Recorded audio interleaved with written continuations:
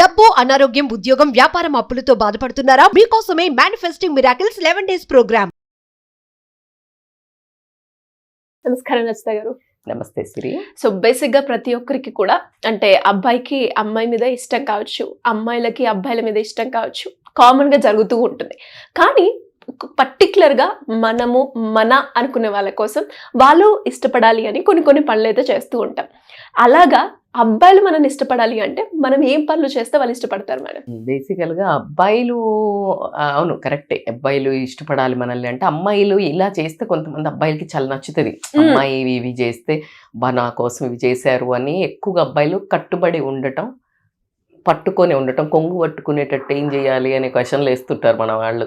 అలా కొంగు పట్టుకోమని చెప్పాల్సిన అవసరం లేదు, కానీ మనం కొన్ని జాగ్రత్తలు తీసుకుని, అంటే ఏదంటే ఇప్పుడు ఖచ్చితంగా ఒక వస్తువు కానీ, ఒక బండి కానీ, ఒక ఫ్రిడ్జ్ కానీ, ఏదైనా ఒక సర్వీసింగ్ లాగా దాన్ని సరిగ్గా వాడి దానికి రోజు దుమ్ము దులిపి రోజు దానికి అటెన్షన్ ఇచ్చి అట్లా చేస్తే అది బాగుంటుందా లేదా?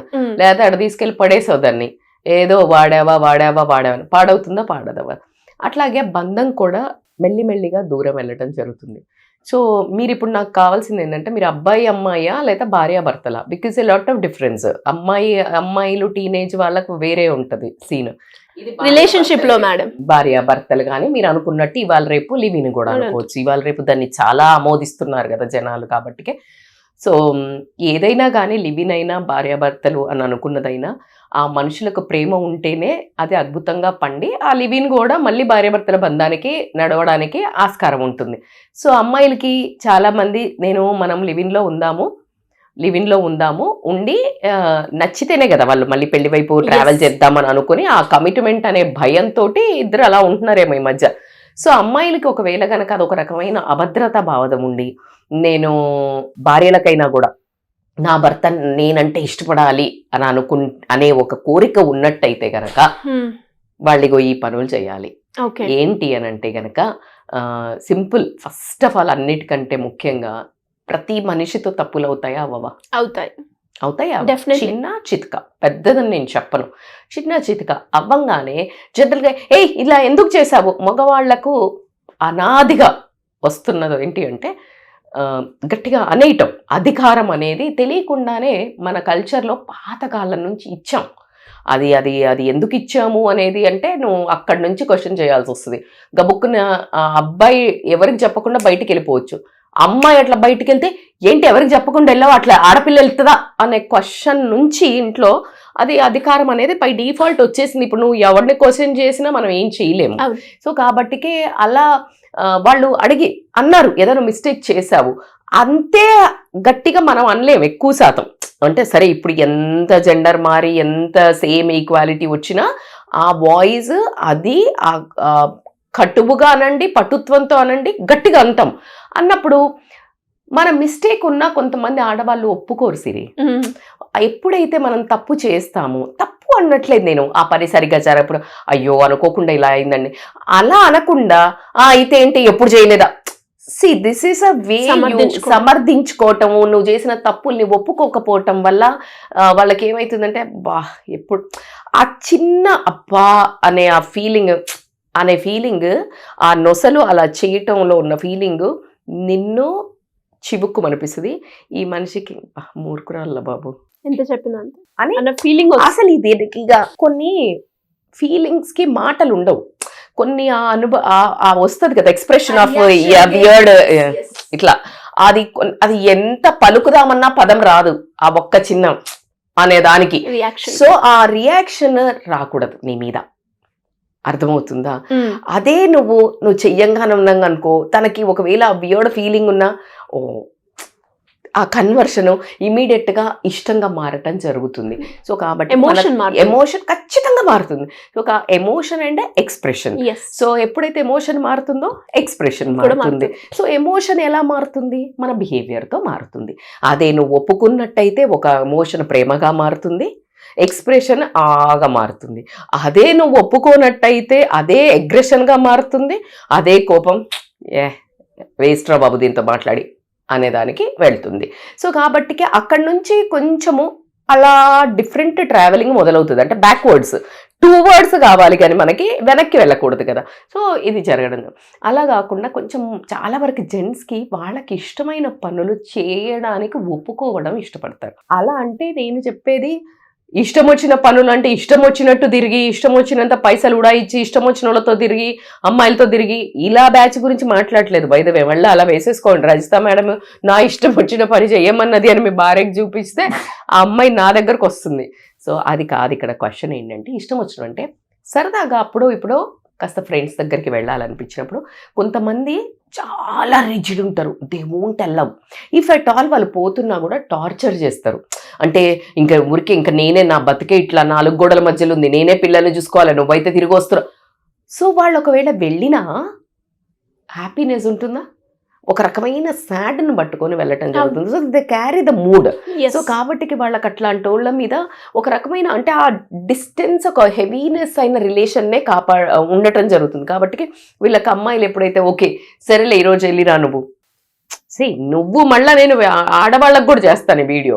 సో వాళ్ళకి స్పేస్ కావాలి కానీ ఎట్టి పరిస్థితుల్లో స్పేస్ అయితే ఇవ్వాలి. అలా కాకుండా ఒక ఇంపార్టెంట్ పాయింట్ ఏంటంటే తల్లిదండ్రుల దగ్గరికి కూడా నేను ఇది చాలా వరకు నేను కూడా చూశాను, విన్నాను, చెవులారా విన్నాను. ఏంటంటే తల్లిదండ్రులతో మాట్లాడొద్దని, వాళ్ళ మా అమ్మ నాన్న దగ్గర పోతున్నంటే అలా పోవద్దని, నాకు చెప్పకుండా పోవద్దని, అక్క చెల్లెల దగ్గర ఇలాంటి ఆంక్షలు పెడతారు. ఆ ఆంక్షలు పెట్టినప్పుడు వాళ్ళల్లో ఒక పార్ట్ కదా, తన కన్నదే తల్లిదండ్రి, తోడబుట్టిన వాళ్ళతో పెరిగారు. సో అక్కడ వాళ్ళతో ఉండొద్దు అంటే ఎలా ఉంటది వీళ్ళకి? అవునా కాదు? చాలా కోపం వస్తుంది ఖచ్చితంగా. ఎలా అయితే మనం 2 పిల్లలు ఉంటే ఏ కన్ను అని అంటామో కట్టుకున్న దాన్ని ఖచ్చితంగా నువ్వు ప్రియారిటీయే, కానీ నువ్వు బలవంతంగా ప్రియారిటీ గుంజుకోవద్దు. ఎప్పుడు కానీ బలవంతంగా ప్రేమను గుంజుకోవాలని ఏ బంధం ట్రై చేసినా కానీ అది బ్రేకే అవుతుంది. సో కాబట్టికే వాళ్ళకి ఆ స్పేస్ ఇచ్చినట్టయితే చాలామంది మీ అమ్మని చూడొద్దు, అనాథ శరణాలను లేయి, లేకపోతే మీ అమ్మ దగ్గరికి పోవద్దు, మీ అమ్మ నాన్నకు పైసలు ఇవ్వద్దు, మీ అక్క చెల్లెళ్ళని ఇంటికి పిలవద్దు, ఇలాంటి ఆంక్షలు పెట్టే బ్యాచ్ కూడా ఉన్నారు. సరే నేను వాళ్ళు సతాయించే వాళ్ళ గురించి ఇంటెన్సిటీ గురించి మాట్లాడట్లా, నరకం పెట్టే వాళ్ళ గురించి. మీరు ఆడవాళ్ళు అమ్మో మా వాళ్ళు ఇట్లా కంపలు తెలుసా మేడం, మీకేం తెలుసు, పడే వాళ్ళకి తెలుస్తుంది అని ఆడవాళ్ళు అంటే నేను రెస్పెక్ట్ చేస్తా. నేననేది మీరు అలా ఎప్పుడైతే అంటారో ఒక్కసారి గుర్తుపెట్టుకోండి, అదే సిచ్యుయేషన్లో మంచి వాళ్ళు మీడియం కోర్ ఉన్న వాళ్ళైనా కూడా మీరు ఎప్పుడైతే ఈ ఆంక్షలు విధిస్తారో మీ భర్తకు మీ మీద ఒక రకమైన అసహ్యం అయితే డెవలప్ అవుతుంది.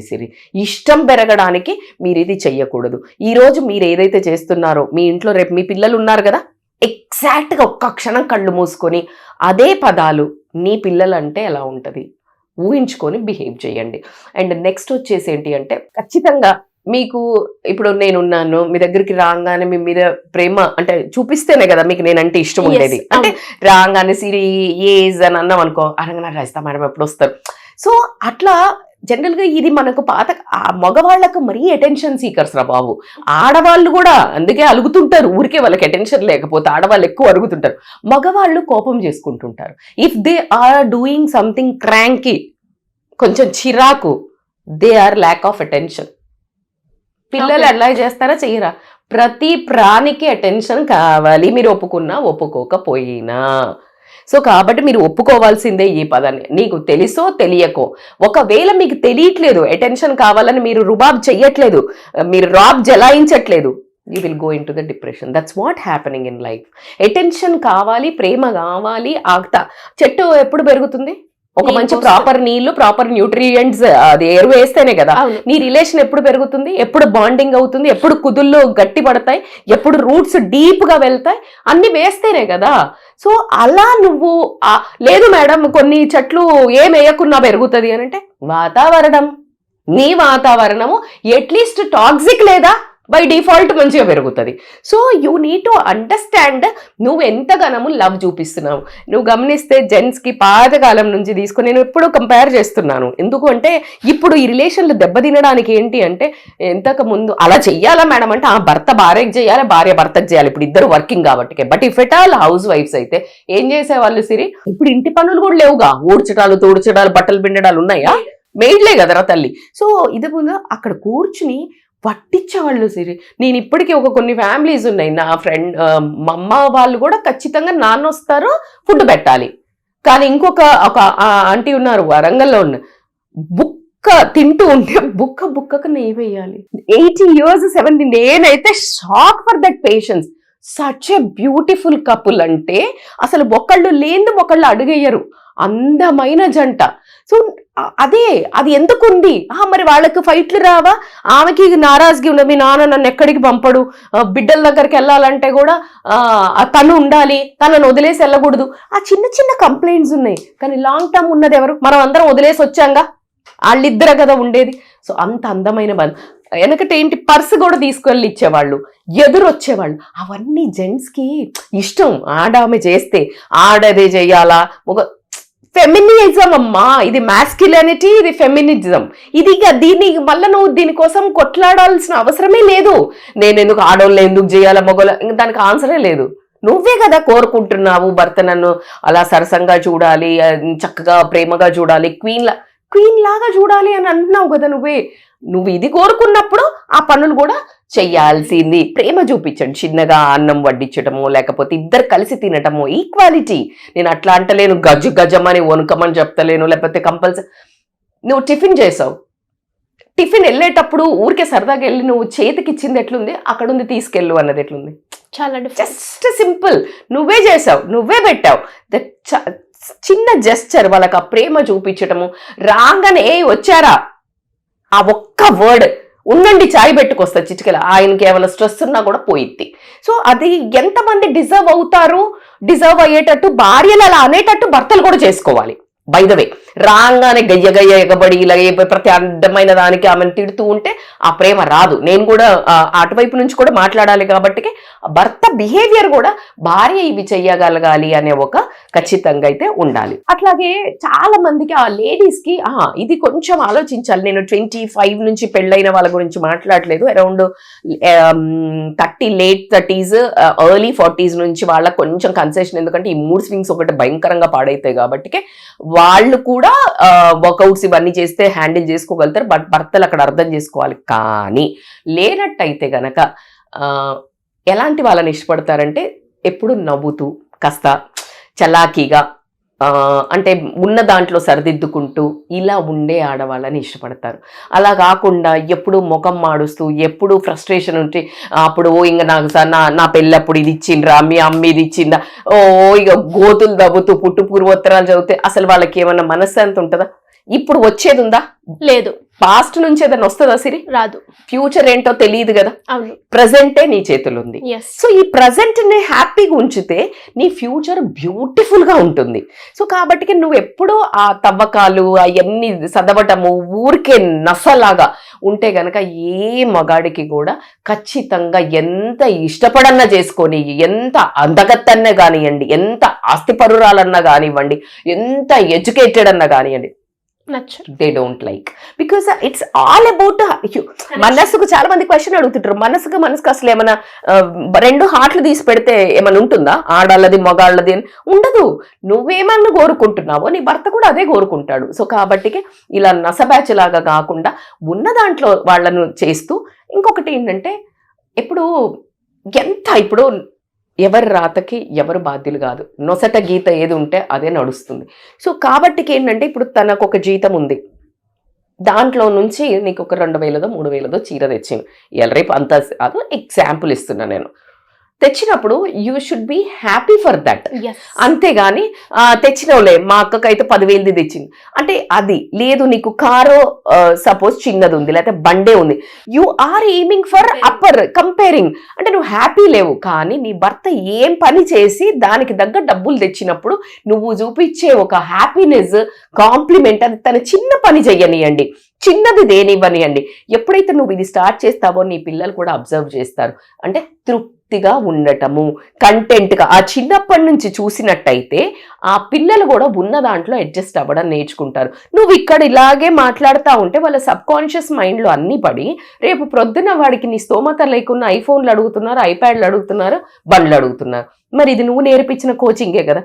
సో కాబట్టి భర్తలకు కూడా వాళ్ళు ఏది చేసినా ప్రపంచం ఎంత మెచ్చుకున్నది ఒక ఎత్తు, ఇంటికి వచ్చాక భార్య కానీ ఏదైతే మన కంపానియన్ అనుకుంటున్నామో వాళ్ళు మెచ్చుకున్నది ఒక ఎత్తు, అంతా మెచ్చుకొని ఇంటికి వచ్చాక ఆ పీకేవ్లే అన్నదనుకో, అక్కడ అసలు అంటే they will lose that man masculinity and they will become అగ్రెసివ్గా అయిపోవడం కానీ, మొత్తం డిటాచ్ అయిపోయి రాంగ్ రూట్లోకి వెళ్ళటం కానీ ఇలాంటివన్నీ జరుగుతాయి. కాబట్టి ఒకటి ఏం చెప్పినా ఒక 20%, నేను ఎప్పుడు ఒక 80-20% రూల్ చెప్తూనే ఉంటాను.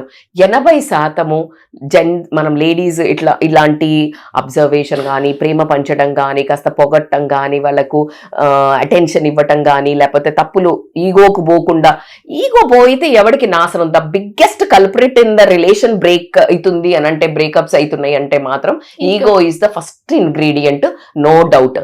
అది కాకుండా సెకండ్ ఏంటి అని అంటే సెల్ఫిష్నెస్ రావటం. సో ఇట్లా కాకుండా ఈ సంసారం నాది, నా భర్త అని అనుకుని ఈ 4-5 ఇప్పుడు నేను చెప్పినవి కనుక నిజాయితీగా లాంగ్ టర్మ్ లో ఈ మనిషికి ఈ జన్మకి ఫిక్స్ అని అనుకొని ఉన్న నీ ప్రేమనంతా నువ్వు ఎలా అయితే నీ పిల్లలకి పంచుతావో అటెన్షన్, అలాగే గనక నీ భర్తకి గనక పంచినట్టయితే 80% they will love you, they will like you. ఇక 20% బ్యాచ్ గురించి మనం నెక్స్ట్ వీడియోలో మాట్లాడుకుందాం. డెఫినెట్ గా మేడం. అండ్ మీరు చెప్పిన ఈ 5 టిప్స్ ఏవైతే ఉన్నాయో అవి చాలా ఉపయోగపడతాయి అందరికీ కూడా. అండ్ వాళ్ళ రిలేషన్షిప్ ఒక మంచి స్మూత్ జర్నీగా వెళ్ళడానికి బెస్ట్ టిప్స్ అని నేనైతే చెప్తాను. సో మరి ఇలా ఎవరైనా కూడా రిలేషన్షిప్ పరంగా కావచ్చు, ఫ్యామిలీలో ఎలాంటి ఇష్యూస్ ఉన్నా కూడా దానికి మీ కౌన్సిలింగ్ కావాలి అంటే ఏ విధంగా మిమ్మల్ని అప్రోచ్ అయ్యే ఛాన్స్ ఉందంటారు? They can call us and scrolling number. నేను ఆ 20% కూడా నెక్స్ట్ చెప్తాను. ఎందుకు చెప్పినంటే వెంటనే కమెంట్లో పెడతారు, మేడం నేను ఇన్ని చేస్తా మేడం, మా ఆయన అస్సలు దాన్ని ఇంత పట్టించుకోడు, ఇంకా ఇట్లానే వెళ్ళిపోతుంటాడు, నేను ఎన్ని ఏళ్ల నుంచి ఎదురు చూస్తున్నా అని కమెంట్స్ పెడతాడు. కాబట్టి ఆ 20% గురించి మళ్ళీ ఒక వీడియో చేద్దాం. డెఫినెట్ గా madam. Thank you so much. Thank you so much Siri.